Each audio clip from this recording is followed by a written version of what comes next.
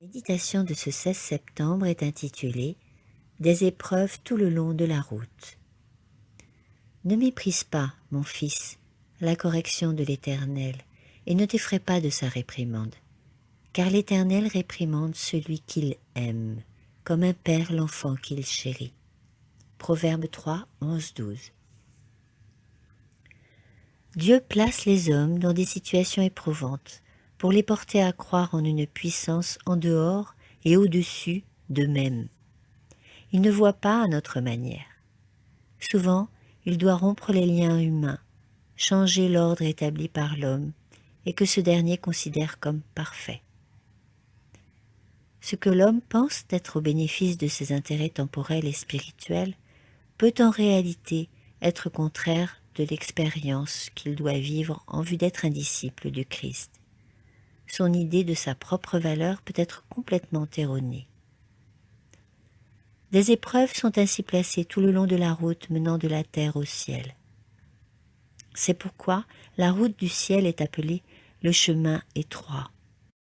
Le caractère doit être éprouvé, sinon il y aurait beaucoup de faux chrétiens qui maintiendraient un faux semblant de religion jusqu'à ce que leurs inclinations au mal et leur désir de faire à leur guise, leur orgueil et leur ambition soient contrariés.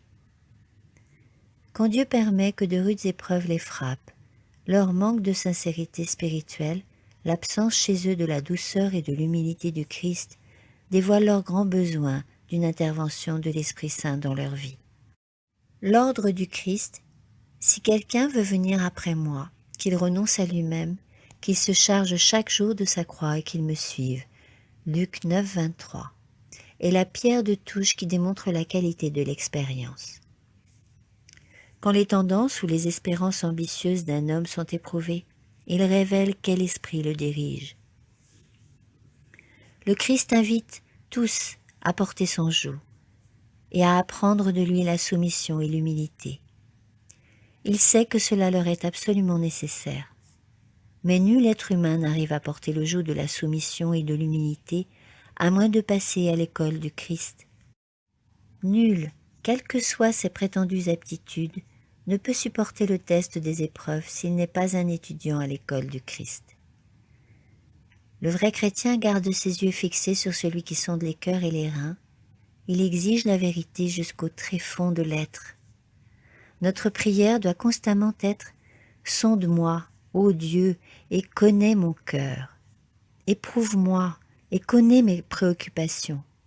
Regarde si je suis sur une mauvaise voie et conduis-moi sur la voie de l'éternité. » Psaume 139, 23, 24. Amen.